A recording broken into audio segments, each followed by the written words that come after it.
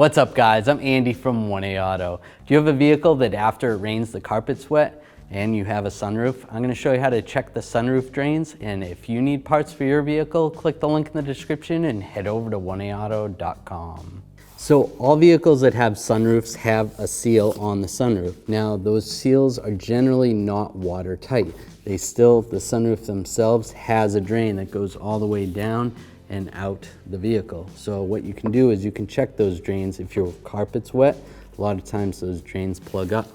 So you can take a glass of water and just pour it right in here when you open the sunroof. So open the sunroof and there's a little channel in there. You want to pour the water in that channel. And what you want to check for is if that water is draining. And if that water is draining, that's a good sign. Then come over here. Then you want to check underneath the vehicle. You'll find it draining out somewhere. So if it's draining out, that's a good sign. That means the drain is working properly. If you don't see it draining out here, it's probably draining into your vehicle. So if your drains are clogged up, there's a couple different things you can do to try to fix this.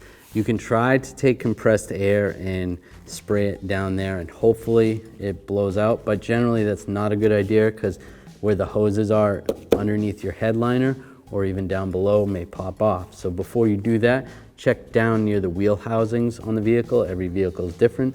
You can pop the hood. Sometimes you can see where the actual sunroof drain is.